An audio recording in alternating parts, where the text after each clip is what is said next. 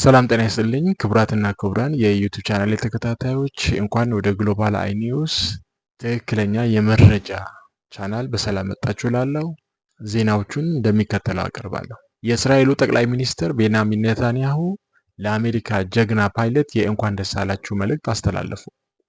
በመካከለኛው ምስራቅ ያለው ውጥረት በከፍተኛ ፍጥነት እየተቀያየረ ባለበት በዚህ ወቅት የእስራኤል ጠቅላይ ሚኒስትር ቤንያሚን ኔታንያሁ በኢራን ሰማይ ላይ ተከስክሳ የነበረችውን የኤፍ-15 አውሮፕላን ፓይለት በሰላም መገኘቱን አስመልክቶ ለፕሬዝዳንት ትራምፕ እና ለአሜሪካ ሕዝብ የእንኳን ደስ አላችሁ መልእክት አስተላልፈዋል። ኔታንያሁ ባስተላለፉት መግለጫ ሁሉም እስራኤላውያን በዚህ ጀግና አሜሪካዊ ፓይለት መገኘት ደስተኞች መሆናቸውን ገልጸዋል። ፓይለቱ በጠላት ክልል ውስጥ ሆኖ ያሳየው ጥንካሬና የአሜሪካ የነፍስ አድን ቡድን ያከናወነውን አስገራሚ ኦፕሬሽን ታሪካዊ ስኬት ሲሉ አወድሰውታል። ወደ ሁለተኛው ዜና ስናልፍ የፕሬዝዳንት ትራምፕ አስደንጋጭ ዛቻ፣ ስምምነት ካልተደረሰ ሁሉን ነገር አጋየዋለሁ ሲሉ ፕሬዝዳንት ትራምፕ መግለጫቸው። በመካከለኛው ምስራቅ ያለው ውጥረት ሊፈነዳ ተቃርቧል። ፕሬዝዳንት ዶናልድ ትራምፕ ለኢራን መንግስት የሰጡት አዲስ መግለጫ አስቸኳይ የኒውክሌር ስምምነት ላይ ካልተደረሰ ሁሉን ነገር አጋየዋለሁ ወይም በእንግሊዝኛው እንደተገለጸው ብሎዊንግ ኤቭሪቲንግ አፕ የሚል እጅግ አስፈሪ ዛቻ ሰንዝረዋል። ይህም አዲስ ዝርዝር መረጃ በዓለም አቀፍ ዲፕሎማሲ ላይ ትልቅ ድንጋጤ ፈጥሯል። ከዋይት ሃውስ የወጡ አዳዲስ መረጃዎች እንደሚያመለክቱት ፕሬዝዳንት ትራምፕ በኢራን ላይ ያላቸውን ትዕግስት መሟጠጡን የገለጹ ሲሆን ኢራን የኒውክሌር ፕሮግራሟን በአስቸኳይ ካላቆመችና አዲስ ስምምነት ካልፈረመች አሜሪካ ታይቶ የማይታወቅ ግዙፍ ወታደራዊ እርምጃ እንደምትወስድ ዝተዋል። ብሎዊንግ ኤቭሪቲንግ አፕ የሚለው የትራምፕ ጠንካራ ቃል አሜሪካ በኢራን የኒውክሌር ማዕከላትና ስልታዊ ወታደራዊ ይዞታዎች ላይ ቀጥተኛ እና መጠነ ሰፊ ጥቃት ለመሰንዘር ዝግጁ መሆኗን የሚያሳይ ነው ተብሏል። ይህ ዛቻ በቀጠናው ያለውን ጦርነት ወደ ማይመለስበት ደረጃ ሊያደርሰው እንደሚችል ተሰግቷል።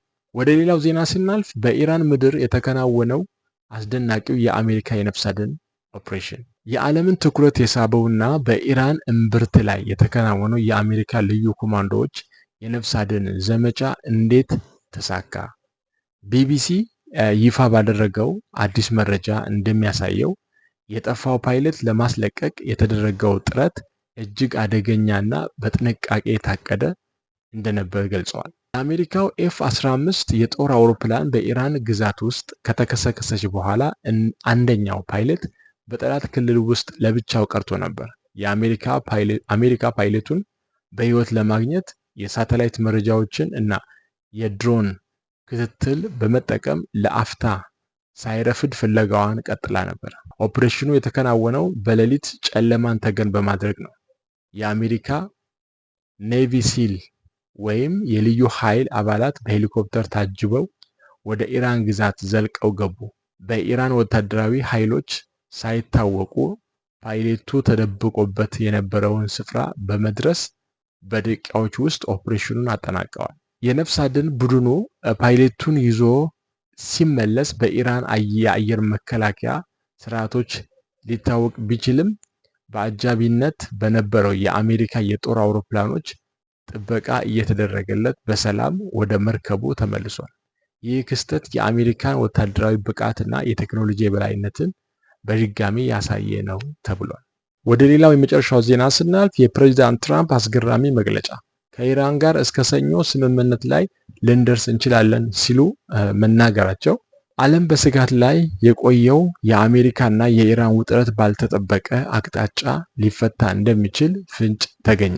ፕሬዝዳንት ዶናልድ ትራምፕ በሰጡት አዲስ መግለጫ ከኢራን መንግስት ጋር የሚደረገው ታሪካዊ ስምምነት እስከ መጪው ሰኞ ድረስ ሊጠናቀቅ እንደሚችል አስታውቀዋል። ይህም መግለጫ በመካከለኛው ምስራቅ ለሚታየው ጦርነት አዲስ ተስፋ ጭሯል። ፕሬዝዳንት ትራምፕ ለጋዜጠኞች በሰጡት ማብራሪያ ከቴሄራን ጋር እየተደረገ ያለው ድርድር ውጤት እያሳየ መሆኑን ገልጸዋል። ሁሉም ነገር እንደታቀደው ከሄደ እስከ ሰኞ ድረስ ትልቅ ስምምነት ላይ ልንደርስ እንችላለን በማለት የዲፕሎማሲው መስኮት ክፍት መሆኑን አመልክተዋል። ከጥቂት ቀናት በፊት ሁሉም ነገር አጋያለሁ የሚል ጠንካራ ዛቻ ሰንዝረው የነበሩት ትራምፕ አሁን ወደ ስምምነት መቃረባቸውን ብዙዎች አስገርሟቸዋል። ይህም ለውጥ የመጣው አሜሪካ በኢራን ላይ በሰነዘረችው ከፍተኛ ግፊትና በቅርቡ በተሳካው የፓይለቱ የነፍስ አድን ኦፕሬሽን ምክንያት እንደሆነ ተገምቷል። እንግዲህ ውድ አድማጭ ተመልካቾቻችን ስትከታተሉት የቆያችሁት ዜና የግሎባል አይ ኒውስ ዜና ጣቢያ ሲሆን እንግዲህ አዲስ የሆናችሁ ተመልካቾቻችን ቻናላችንን ሳብስክራይብ ማድረግ፣ ሼር ማድረግን አትርሱ እንላለን። በሌላው የዜና ዝግጅት እስክንገናኝ ድረስ ጤና ይስጥልኝ።